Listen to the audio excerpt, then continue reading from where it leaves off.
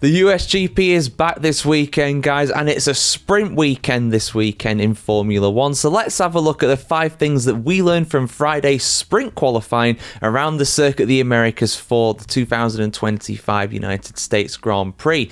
So first thing that we learned is that teams got rather caught out, it's fair to say, in SQ1. Of course, sprint qualifying is shorter than regular qualifying, so the first session, instead of being 18 minutes, it's only 12 minutes, and that's 6 minutes makes a massive difference when it comes to trying to do 2 laps, 2 timed runs during that session. Many drivers got caught out by this. Esteban Ocon, Ollie Bearman, Franco Colapinto and Yuki Tsunoda, to name just a few, all got caught out in SQ1 and all fell out of the first qualifying session as a result. Ocon was essentially leading a little mini train of those guys out of the pits. He was trying to slow them up to stop them getting a time lapped in, but unfortunately he stopped himself doing that as well, so it really backfired on all of them there. So yeah, something to be very wary of around this track, because it is one that is longer in terms of the overall lap time than most tracks will go to on the calendar.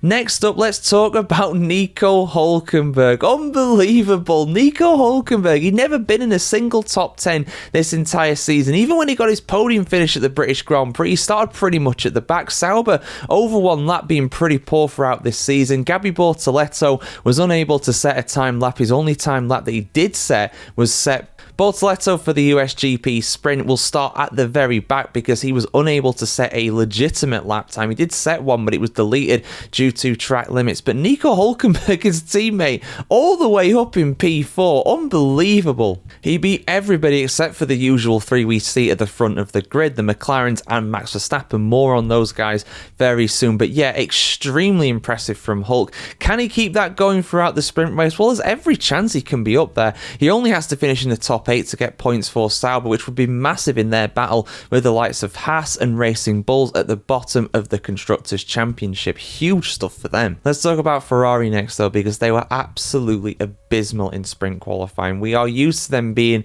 in and around the top 10, not particularly that high up, but they really disappointed this time out. Sir Lewis Hamilton, the higher qualifier of the 2 Ferraris for the second time in a row. Of course, he managed that in Singapore too, but he's only down in P8. Charles Leclerc in P10. Absolutely awful for them. They start on the bad side of the grid as well with that too, and both almost a second off of the pole sitter for sprint qualifying. But who was that pole sitter? Well, I'll tell you who it wasn't. It was not a McLaren. Lando Norris was in P2 and Oscar Piastri in P3. Norris was on provisional pole and he had set some really fast lap times throughout this qualifying session, but he was unable to get the fastest lap overall. That being said, he was less than a 10th off of the pole sitter, while Oscar Piastri was over 3/10 behind his teammate, albeit Piastri does start on the clean side of the grid, and going into turn 1, that could be a huge advantage for the Australian and the championship leaders. So we'll see how that develops. It's sure to get spicy through turn 1.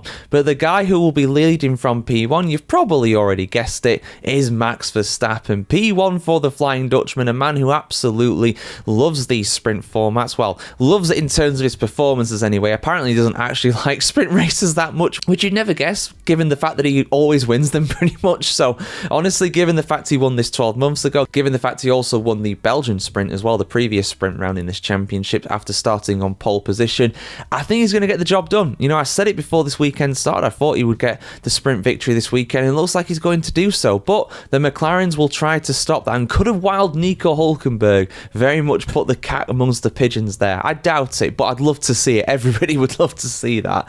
But yeah, let me know your thoughts on this in the comments below, guys, and of course I'll be here to review the sprint race and also qualifying for the USGP. I'm pretty late here in the UK, but I'll do my best to get them out as soon as possible for you guys. Like, share, comment, subscribe if you want to see more like this, guys. Have a fantastic day wherever you are in the world today, and we'll see you very soon.